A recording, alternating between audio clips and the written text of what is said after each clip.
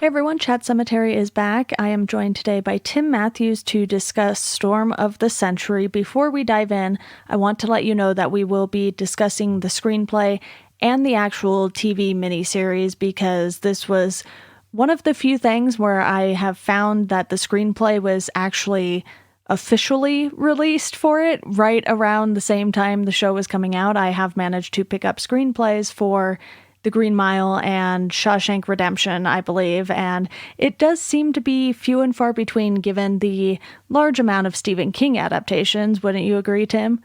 Yeah. It was funny reading the introduction to it and like Stephen King like talking about how like he basically was being shown like dailies and like he was really stoked on what he was seeing.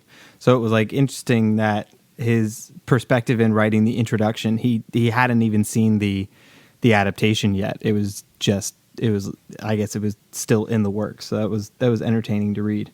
A really long introduction, but I guess I shouldn't be surprised by Stephen King.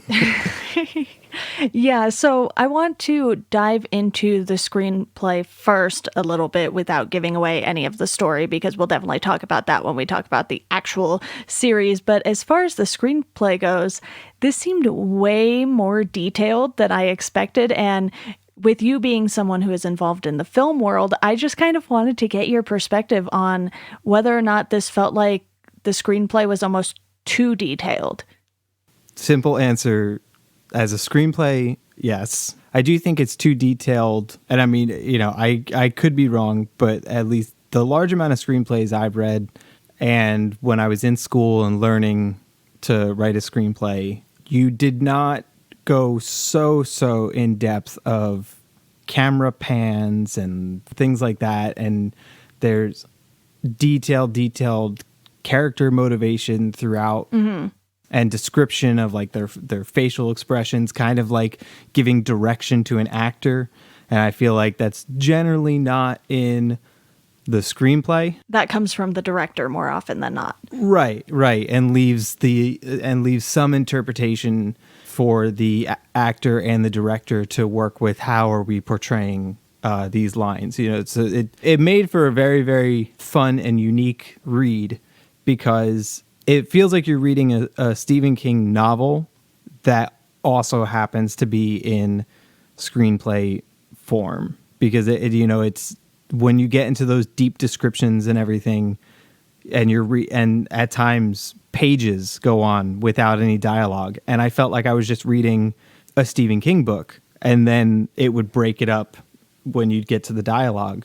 But what also was interesting was that while reading those super descriptive portions, and it felt like I was reading a Stephen King book, it also kind of felt like a first draft of a Stephen King book, because like some of the descriptions when he would just like describe how someone looked or something, it just felt kind of like an offhanded note that he would possibly jot on like just the margins of the page and not necessarily put in the actual book. Or like his character list or something, which I believe he keeps some of those when he writes. And you're kind of like, oh, okay, these descriptions are so detailed that it was almost like everyone was cast beforehand, because you're like, wait, what? How is he describing these characters in such immense detail? And even all of the actions and the settings, it was just like reading one of his books. And I mentioned having the Shawshank and Green Mile screenplays, and those are half the size of this one.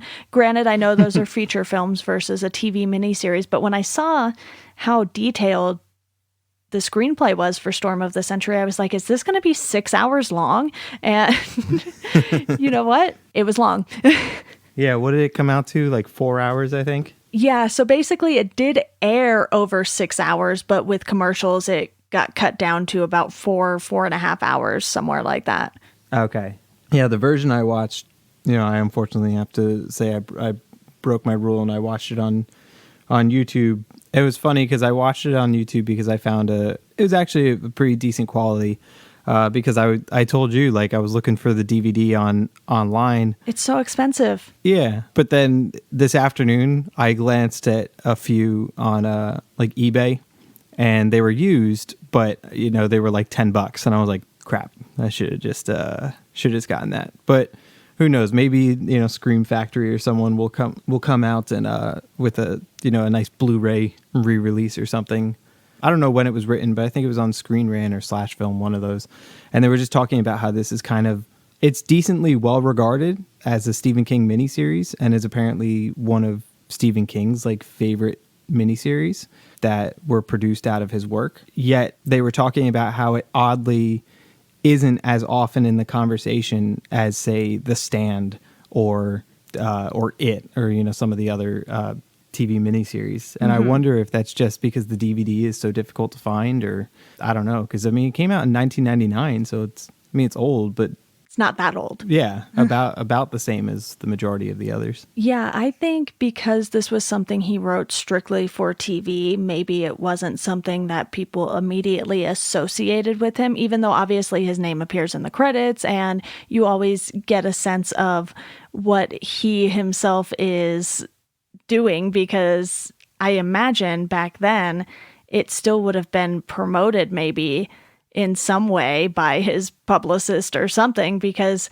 I look at my copies of the books that I have and it's like, oh, the next one's coming. So it's like when one thing publishes, they already know what he's working on next. And it's not really ever a surprise to anyone what he's working on at any given moment. Granted, I was not reading or watching Stephen King in 1999 because I turned 7 at the end of 1999. So I didn't even know this existed until I went and made the spreadsheet for this podcast. So I think it could just be one of those things where it was on TV and whoever had the rights to it, the production company or whatever, whoever aired it, they just never really did anything with the home video beyond making one DVD. It's not like you said, It or anything else where you can get a lot of the big adaptations on Blu-ray now.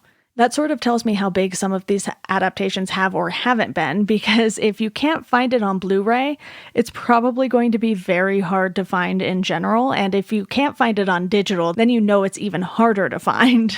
Oh, yeah. I don't believe I was reading Stephen King in 1999, but I was actively watching Stephen King in 1999. As I'm sure I've mentioned before on this podcast, my dad got me into Stephen King.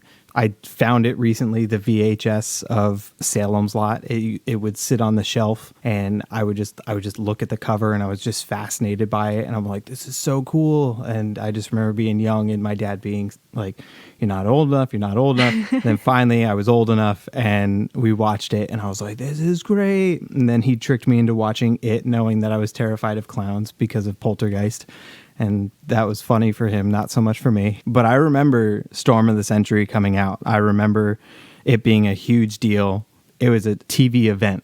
People were going to be home to watch it. It wasn't, we had a VCR. I think some people had TiVos and stuff. Maybe, I'm not sure when that was a thing, but we had a VCR and we were recording it, but it was, we got to get home. We got to watch it. It's going to be awesome. And we watched the whole thing. And I remember as a kid just being blown away by it. And it was funny because I haven't seen it probably since then, or maybe watched it once in between. And sitting and reading the screenplay before watching it, a lot of the imagery came back. And then it was fun to watch the miniseries and kind of see how accurate my nostalgic, eyes remembered it. I had Linoge's voice not perfectly correct. I had it actually a lot different in my head. And then when he started talking out the first 10 minutes, I was kind of disappointed. I was like, oh, that's not how I've been hearing it in my head for a week. But then it was great. It was cool to watch it in the moment. I remember it being a big deal. So it is unfortunate and kind of strange that people haven't possibly explored it as much since then. Yeah. And why don't we go ahead and just dive right into the actual TV series portion of this discussion, because I feel like sometimes when you can't find something of Stephen King's, it's probably because it isn't fantastic and doesn't really warrant being reproduced in any way. But with this, I thought the TV miniseries was actually pretty good. I was sort of expecting, because of how hard it was to find, to have it just be some weird atrocity that, you can get from time to time with just certain horror TV series and things like that. But from what I can tell, this actually had a pretty big budget, and you really get a sense that given the cast, this was something that was very 1999. So it was very of the time. But when you watch it, there isn't really anything that gives it away. Right. And I think the fact that it takes place in 1989, you don't get stuck with any super 90s technologies or anything that would really, really date it. You know, it's older, but I feel like the fact that it's on kind of this like island, it's, an old town, maybe some of the fashion choices are decently 90s slash, late 80s. Really a lot of that blended together.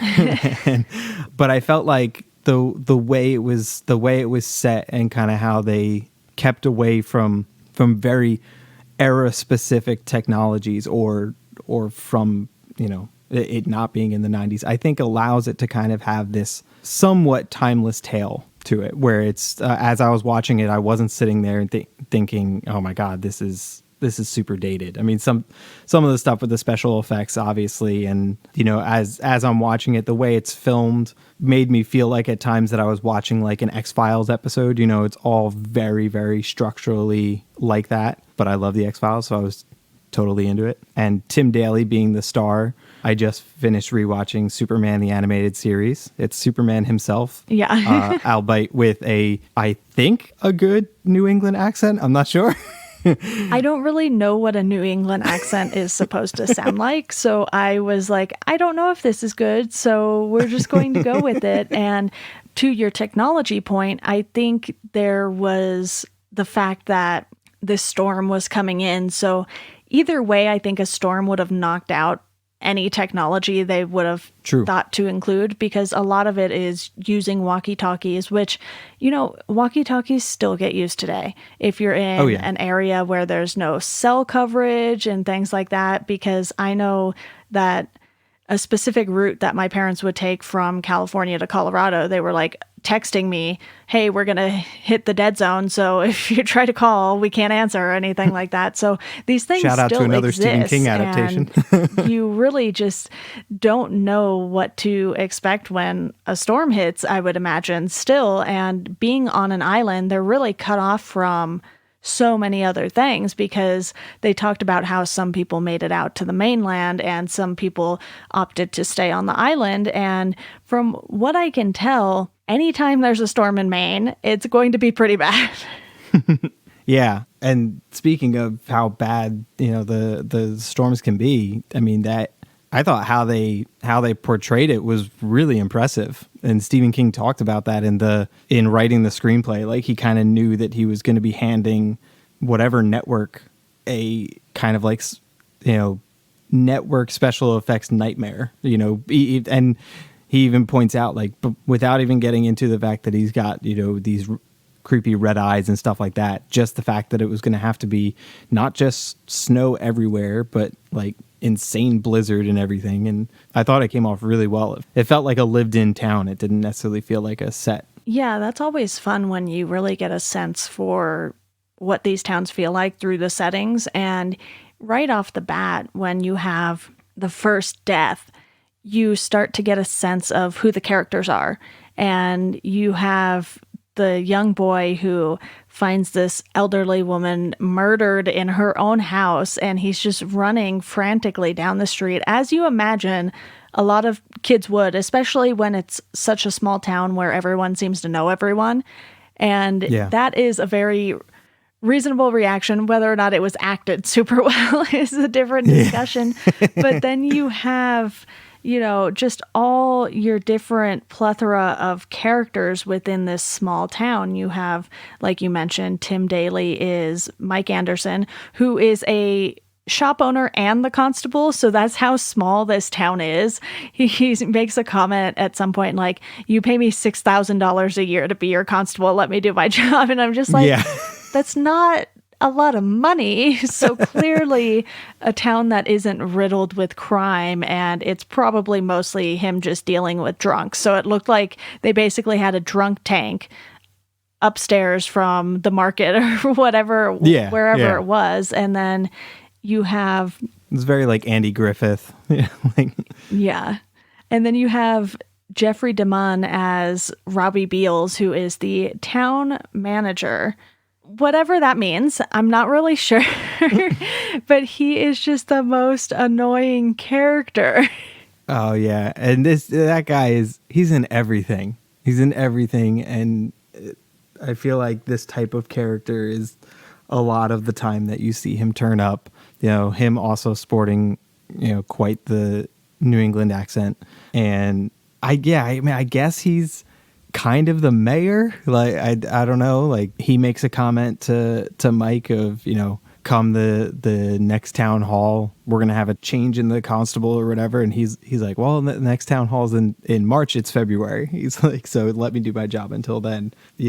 They clearly have issues in the power dynamic. I get the feeling that the people in the town definitely trust and look towards Mike's leadership above perhaps the people who have the technical leadership jobs in the town. Yeah, and you really just feel like, okay, we're going to get to know a lot of these characters, and there are a lot of characters that they introduce you to throughout the 4.5 hours of this, and it's almost a little too much to keep track of, because then you're like, wait, who is this one married to? Okay, this couple is together, and then this person's mother is just being very strange this whole time, and then you have all the children and you're trying to keep track of who they belong to. And you really just get a sense that almost this entire small town comes together in one place, which ends up being, the town hall, city hall, whatever they end up calling it in this. And it's clearly big enough to hold probably more people than it needs to, even though they had said some went to the mainland, because I'm sure if they live on that island, maybe they have family on the mainland or something like that. But either way, you really just get a sense that something is going to happen here that is going to tear this town apart more than it already has, just with daily events, because you can tell a lot of people don't like Robbie Beals. You can tell that a lot of people do like Mike Anderson, because he's the guy who is always trying to help people and just wants to live his life, run his store. And then you see his downward spiral because you have him doing all of these things to help, and then it's like the whole town turns on him, because basically Andre Lenoge comes and he is like, give me what I want and I'll leave. And it slowly reveals that he is some sort of demon who is dying, and he needs a protege that can basically live on in his honor, I guess, or something really weird. It felt a lot like Needful Things, when you get the shop owner who comes in from out of town and he just manipulates the entire town of Castle Rock into doing his bidding for him. And really, that's what Lenoge does too. He causes so much destruction that he slowly starts to get people to just do whatever he wants them to do. Yeah. First of all, they get to the first death so quickly. And, in terms of Stephen King stories, the whole thing is still like a slow burn of, the horrors happening throughout. But the fact that they kind of like get to it right away, he murders Martha, and, he sits and he waits to be arrested. And one of the things that I loved is when they're in the shop and he takes Ralphie. And Ralphie asks him, he's like, why are you wearing the handcuffs? He just says, because I choose to. And it reminded me of the scene in Man of Steel when, he agrees to go in and he's got the handcuffs, and Lois is like, you could break out of those. And he says, whatever makes them feel comfortable. But like Lenoge's side of it is way more sinister. It's just like, I choose to. It's like, he knows it doesn't matter. It doesn't matter if he's bound. It doesn't matter if they put him in the cell, and he sits there and he just causes all this horror to happen. I guess through his mind, his magic. And the people in the town, clearly, as you said, it's this, quiet town. Everyone's really close. Clearly, nothing really atrocious happens in terms of murder. Even when the kid's like freaking out that Martha's been murdered, he's kind of like, kid's joking. Like, what the heck's going on? Like, people don't get murdered in this town. But little by little, each of these horrible things starts happening that Mike and all of them can't explain, and they're forced to just come to terms with, this man he can't be human. You know, we don't know what he is. We don't know who he is, but he wants something, and he's clearly shown a power that we don't understand, and they have to listen. And it's really creepy and powerful watching, you know, as you said, Mike, who's pretty happy-go-lucky and just kind of rolls with the punches. Oh, the kid down the street is, you know, got their head stuck in the stairs, whatever. He crumbles. He crumbles that there's this thing that he can't control, that he can't solve. Absolutely. And then when they collectively decide that they are going to just give away one of their children, which, first of all, Mike is so adamant about them trying to call his bluff and stand together. And they're like, no, we're just all going to stand against you, basically. And as soon as they do that, you know it's going to be Mike's kid. Oh, yeah. Who ends up being the chosen one, regardless of what anyone says about the rules or how fair it is, you know. And the fact that Ralphie's mom was the last one to pick out a rock, too, it's just like, okay, really? You know, you would think it would be somewhere, you know, second person, fifth person, something like that. But no, of course, because she picked last, she's the one who got it. Yeah. Well, and what I can't remember is, because obviously the script was unlike him writing a book. It was a script written for a miniseries. So a lot of it really did come through, you know, pretty verbatim from the screenplay. Yeah. But there were a couple of things that did get omitted. At times I was happy they did, because even in reading it in the description, I was just kind of like, I don't remember this in the miniseries, and this is kind of lame. But what I can't remember is, I know she's freaking out at him in both the miniseries and the book, and saying, you know, this is fixed, you know, I don't agree to this. And he says, you made an agreement. But either in the book or in both, I know she says something like, you chose my son. You wanted him from the beginning. Because if you go back to the scene in the grocery, you know, he picked him up. What did they call the thing on his nose? The fairy saddle or something? You know, he calls that out. He kisses him on the nose. He lures him into the closet. He gives Ralphie the stones. So, you know, it's, you know, whatever Lenoche says, you know, you're left to think, is he telling the truth? Was it a straight game? Was it fixed? Because on one hand, you're like, oh, he's super evil. He's a demon. But on the other hand, he's also kind of the only character in the entire thing who has told the truth in every single line. And all these, as he points out, all these other characters, they have dark secrets, and the town is full of people that aren't as good as they claim to be. It's twisted to watch it and kind of feel like the only person you can trust is the sadistic demon who wants to steal the child. Plus, I feel like in 2020, you would not be able to have a man just lure this child everywhere and have it not be infinitely more creepy. You know, we kind of get a sense that Ralphie has this trust in Lenoche because he picks him up, like you said, and he's interacting with the kid in a more loving way, but pulling a kid into a closet, that's just one of those red flags where you're like, oh no, here we go. And I feel like the only reason it works in this is because of the fact that we do find out that Lenoche is a demon who is looking for a protege, and it's better if that protege is a child. Why it can't just be one of the other adults is never really made clear, but he's definitely going to have more power over one of the children, and I'm guessing that is why it's about the children and not anyone else in the town. I feel like the easiest interpretation is that the child is young, innocent, and impressionable. And, you know, you look at, for instance, Ralphie, you know, he reacts to this guy that's in handcuffs, and even later when they find him in the closet that he says, he's like, we were playing a game, he's the man that daddy had arrested, but I don't think he's a bad man. Like, it's clear that the town that he's grown up in, clearly, although maybe they should have, because there's some, unless Linoge is lying, there's some absolutely terrible people in this town. But clearly it seems like they've never had to have the stranger danger conversation with Ralphie.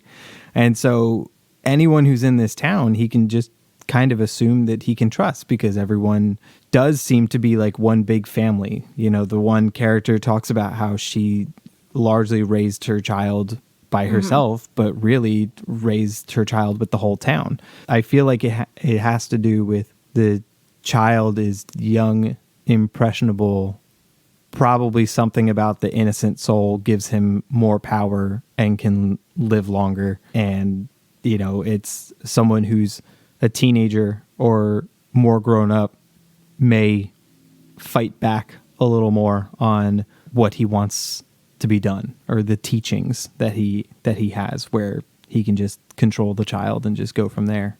I will say that all of these little tidbits that Linoge brings up really does seem to give us all of the various B plots for this miniseries, because as anyone who has read a Stephen King book knows, he does like to have these little side plots that aren't part of the main story necessarily, like how we learn that Katrina, known as Kat, had an abortion, and he just sort of announces that to the whole town, and especially her boyfriend, who did not know about it, who had been cheating on her anyway. So she was like, you weren't going to be much of a father. And there's this whole B plot with the two of them going back and forth. And then he tries to get Bobby to kill Kat, but then Kat kills Bobby because Bobby's resisting too much. So he has this power to make people do things that they truly don't want to do, but because the thought has crossed their mind, it's kind of easier to manipulate them. And he just takes people too when they foolishly go out in the middle of the storm to watch the lighthouse fall apart. I was just like, I know. Okay, you guys do that. And when you find out that it's whiteout conditions and then you get outside and you can still see everyone, it's one of those things where you're like, okay, yes, they had to film these scenes outside because they said they were going outside. But at the same time, yeah, being in Colorado now, I kind of know what whiteout conditions look like, and it wasn't exactly that. Yeah. Well, I mean, if you do true whiteout conditions, I guess you'll just hear the characters, and that's not necessarily great television, I guess. No, probably not.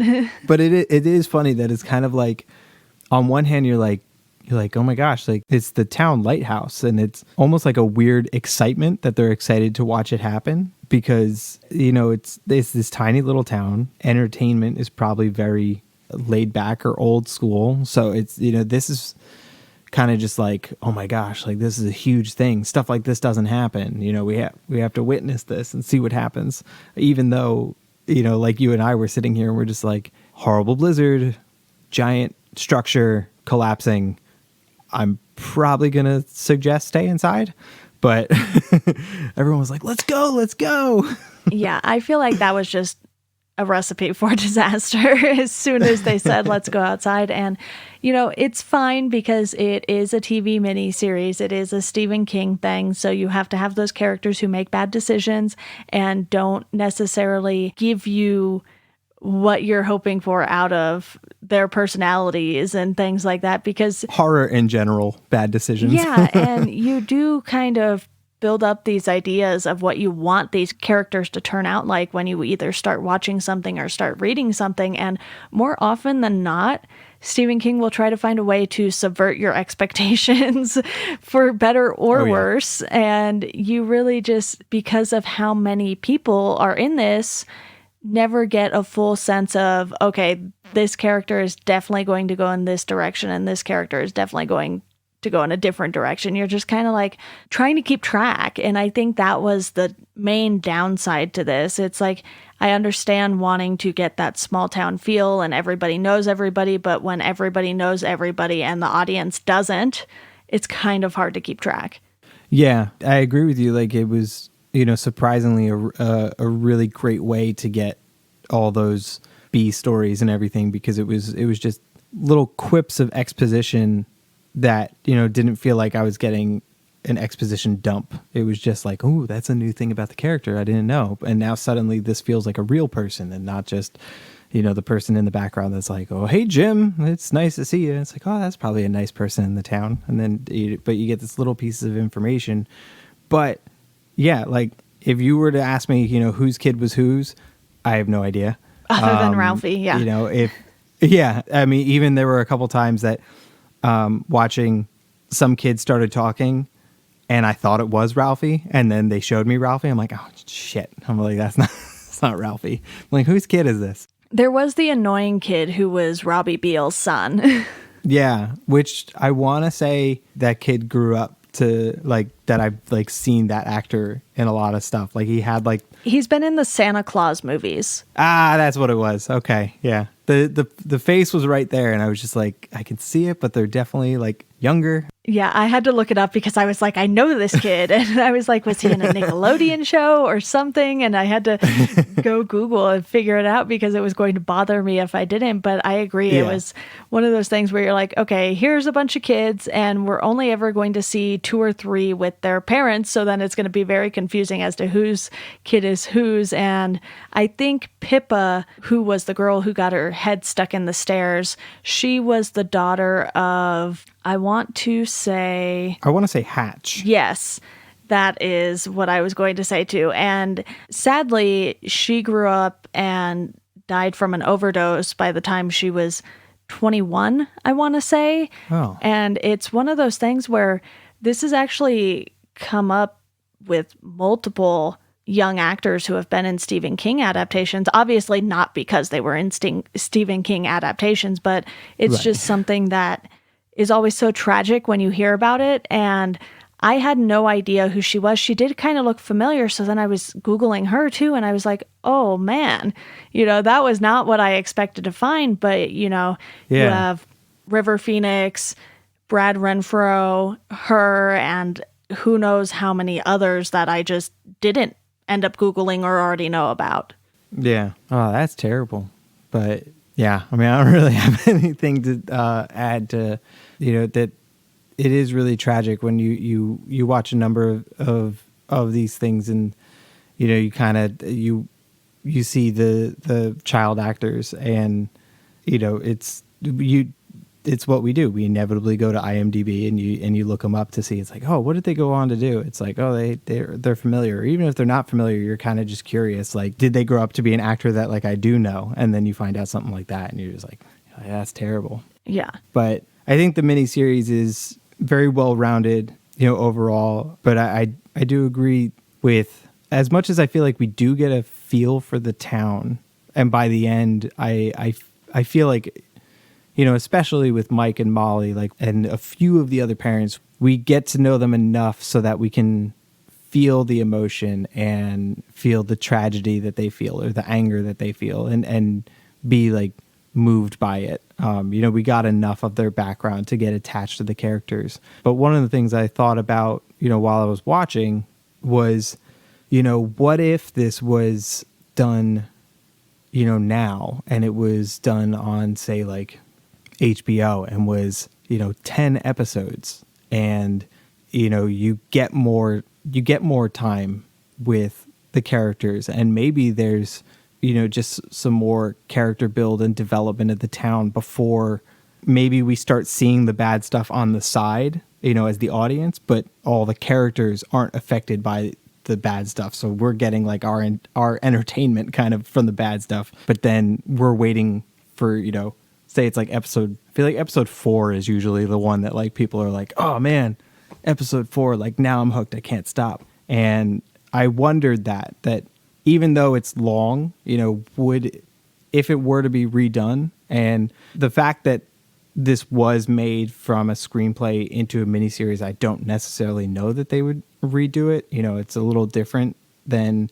Yeah, because it was made for TV already. It's not an adaptation of one of his novels. He just wrote the screenplay. They made it, and then they also released it as, you know, a screenplay book. And I do agree with you, though, that maybe spending more time with the characters would have benefited, because they throw so much at you that even within the 4.5 hour period, you're kind of like, okay, I understand what happened, you know, and we do at least get the post-storm, which I want to talk about in a minute, but you get this sense that, okay, this town has secrets, this town has problems, and a lot of those things come to light throughout the 3 episodes, and then you're like, okay, but he's going to take one of the children, so now we have to focus on that, and everything else just sort of gets pushed to the side, and you're kind of left feeling like things are a little unresolved. Yeah, like what if we got, you know, if more time with, say, Kat and Billy, and we got a feel for their relationship, you know, because it was just kind of like watching that scene and them kind of arguing about it. It was all of a sudden, oh, they were a couple. Like, I didn't know they were a couple until really this moment. You know, even when Linoge makes kind of like a side comment to Billy, I didn't necessarily know, like, were they a couple, or, you know, did he just knock her up? Like, what's going on? Yeah, like it. So it's, I wondered, you know, I feel like, as much as I don't know that they ever would redo it, I feel like it would be really cool if they would and did it on, you know, a streaming service or something, and we got an extended time with the town, get to know some of these people, maybe even the reveal of some of their secrets before Linoge, you know, really reveals it to other people, you know, and then, but even when he reveals it to other people, then our focus is on the reaction of the town. You know, it's like, oh, we knew that, but these people in the town didn't know it. I feel like that could have benefited in a number of instances, because as much as I feel like once Linoge is in the jail, the pacing and the focus works for the most part really, really well. But when I started watching it, I was slightly nervous in the very beginning, because I had very, very fond memories of watching this live. You know, granted, I'm not even going to do the math on how old I was in 1999, but I started to think, because the pacing, I don't want to say like necessarily the pacing was bad, because I don't necessarily know that it was pacing, or it just, something felt awkward. Like it almost felt like, you know, and I mentioned this about the screenplay, kind of, that in some of the ways he described things, it almost felt like kind of a first draft, just throwaway description of something that he might go back and try again. It almost felt kind of like an assembly cut of sorts in say the first 15-20 minutes, where I was kind of like, would they have like moved this around? Would they have trimmed this like a little bit? Like, just something felt off in the timing. Yeah. And it felt a little awkward in the interactions with the characters. It didn't feel as natural. It didn't feel like the characters necessarily knew each other. It felt very acted. Not saying that later some things don't feel very, very acted. Not everybody is a true shine of of acting ability in this. But yeah, it just felt off and weird. But I was happy that, you know, once they kind of got him, and they got him in jail, and I'd say probably especially after the next kind of magically done suicides, you know, the one guy hanging himself, the other guy horribly axing himself in the face. Yeah, I was like, wow, that is the last thing I think a lot of people would choose to do as their method of suicide, because hanging yourself, that was one where you were like, okay, that is going to look like a suicide. And you have these scenes where you're kind of like, wow, Confiore is just going all in for it. And I'm deeply sorry if I mispronounced his name there, because I'm horrible at pronouncing names. But he really was, I think, the standout performance, because he was creepy the whole time.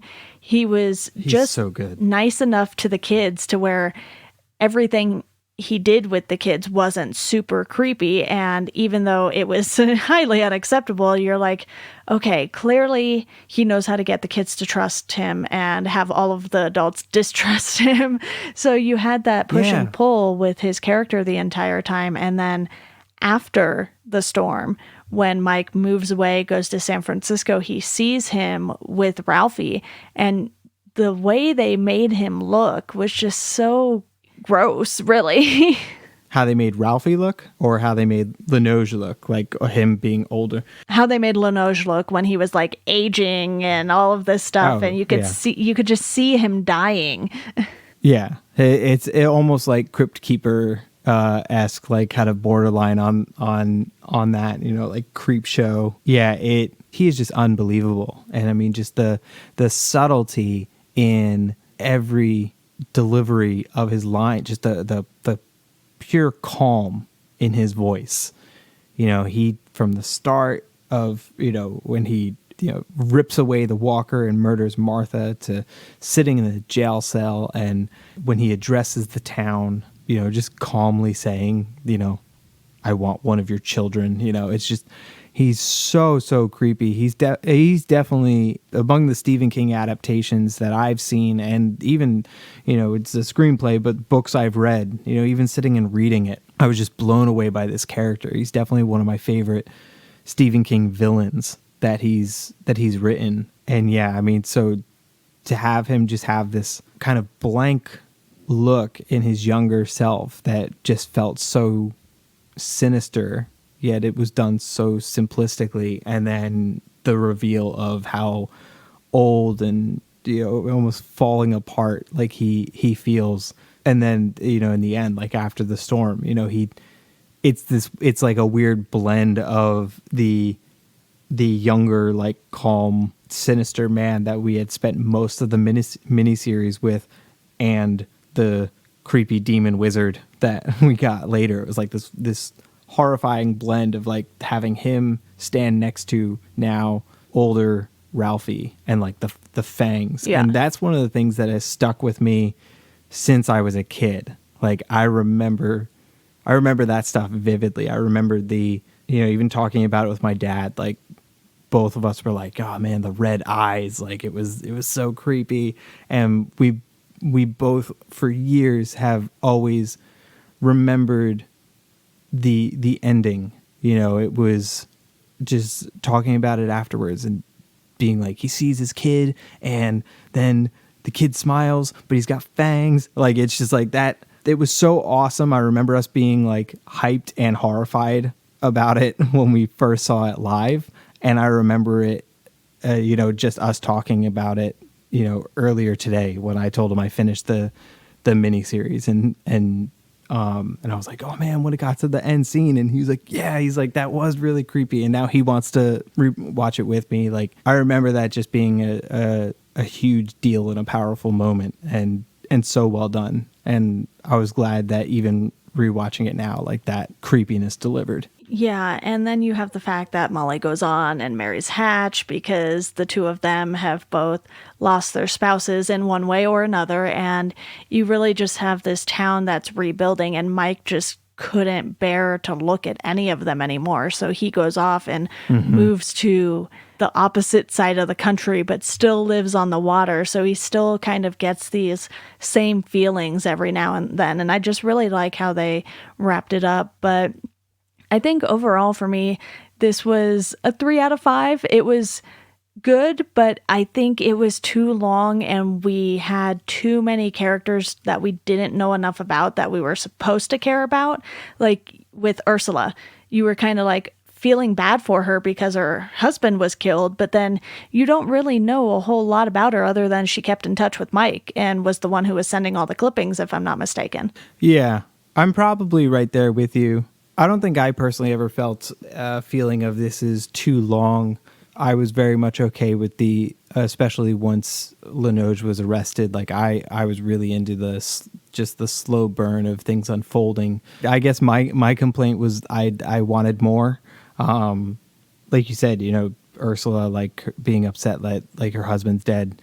I wanted kind of more of that fallout. I wanted more from the introduction of characters, and I wanted more from the fallout of all the characters. I wanted to experience all of their horror and dread a bit more. We got a lot from Mike and Hatch and some of the main people's perspectives, but I guess, it's hard to say, back then when it aired, kind of how things felt watching it then, but at least watching it now and knowing the ability of what modern miniseries can accomplish with these, 8 to 10 hour long episodes, that we watch on Netflix, Hulu, HBO, whatever. I mean, Castle Rock's a great example too, because that just takes the lore of Stephen King and focuses on this town that any Stephen King fan would know of, and you just get these